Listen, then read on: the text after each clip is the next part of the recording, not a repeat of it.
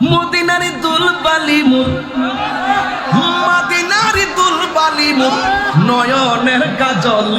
আমি মদিনার পাগল, আমি নবীজির পাগল, আমায় মদিনার। অন তাজেম টিহা দেওয়া শুরু করছে, আবার নেহামাতে হাদিয়া কমাই দে আমার। হ্যাঁ, আবার আমাদের কমানো কলম করে দিচ্ছে। এই আকবরি কিসে মার হাবা জোরে গন। মাসুম ভাই, কুমিল্লাতে তো আমরা এলাকা, এখন এখানে আমাদের বিভিন্ন প্রশাসনের ভাইরা আসে, ওনার তো মেহমান, ওনার আসলে কুমিল্লার ব্যাপারে তো আইডিয়া নাই। ওই কমাইলের কিছু লোকজন তাই এদেরকে বলে, উল্টা পাল্টা বলেনি, কোন মেহমান হিসেবে ওনারাও কিছু করতে পারে না, বুঝছেন নি?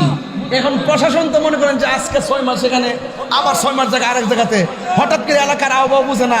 আমি প্রশাসনকে বলবো, কুমিল্লার প্রশাসন ভাইদেরকে বলবো, আহলে সুন্নাত ওয়াল জামাতের ক্যান্টনমেন্ট হলো কুমিল্লা। কথা কোন ঠিক কিনা বলেন?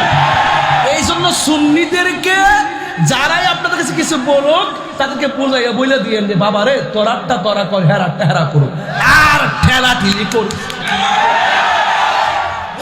রাসূল সর্বোচ্চ চেষ্টা করতে, গভীর থেকে গভীর ষড়যন্ত্র করতে এই মাহফিল বন্ধ করা।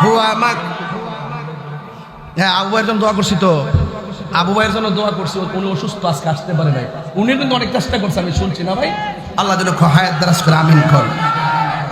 গভীর মনোযোগ। ওই মেয়েটা ডাক দিয়ে কোন নবী গো দিবেননি, দিবেননি, সুবহানাল্লাহ নাকি লেগে। এবার আমার নবীর ধুলা মোবারকটা পাতার মধ্যে কইরা বাড়িতে গেছে। মেয়ের বাবা ডাক দিয়ে কই, মা গো, ও মা, তুমি এতক্ষণ কোথায় ছিলাম? চোখের ব্যথা আর ভালো লাগে না। এবার মেয়েটা ডাক দিয়ে কয়, বাবা, ও বাবা গো, আমার নবী বলছে বাবা মা যদি মুশরিকা হয়, বাবা মার সাথে ভালো ব্যবহার করা লাগবে। এই জন্য আমি আপনার জন্য অনেক চেষ্টা করতেছি, তবে অনেক ওষুধ লাগাইছি, আপনার ব্যথা আরো বাড়ে, কিন্তু আজকে জন্মের তোরে শেষ ওষুধ মোবারক আনছি, আহারের পরে আর কোনো ওষুধ নাই। এই ওষুধে যদি আপনার কাজ না হয়, মনে রাখবেন আপনার জীবন শেষ। এবার মেয়ের বাবা ডাক দিয়া বলে, মা গো, আর দেরি কইরো না, আর দেরি কইরো না, তাড়াতাড়ি আমার চোখের মধ্যে ওষুধ দাও। এই মেয়েটা বাবার চোখ দুইটা ফাঁক কইরা নবীর ধুলা মোবারক চোখের মধ্যে যখন দিয়ে দিল, ওই মুহূর্তে মেয়ের বাবা ডাক দিয়ে কয়, আম্মা গো, ও আম্মা, এতদিন তুমি আমার চোখের মধ্যে ওষুধ লাগাইছো, ওষুধ দিলে শুধুমাত্র ব্যথা করে, ওষুধ দিলে শুধুমাত্র জ্বালা শুরু হয়, এখন ওষুধ আনছো গো আমার চোখের মধ্যে যখন লাগাইয়া দিছো, আমার চোখ দিয়ে ঠান্ডা ঠান্ডা লাগে গো। এবার মেয়েটা ডাক দিয়ে কয়, বাবা, এবার চোখটা খুললা দেখেন না, আপনার চোখ দিয়া দেখেননি।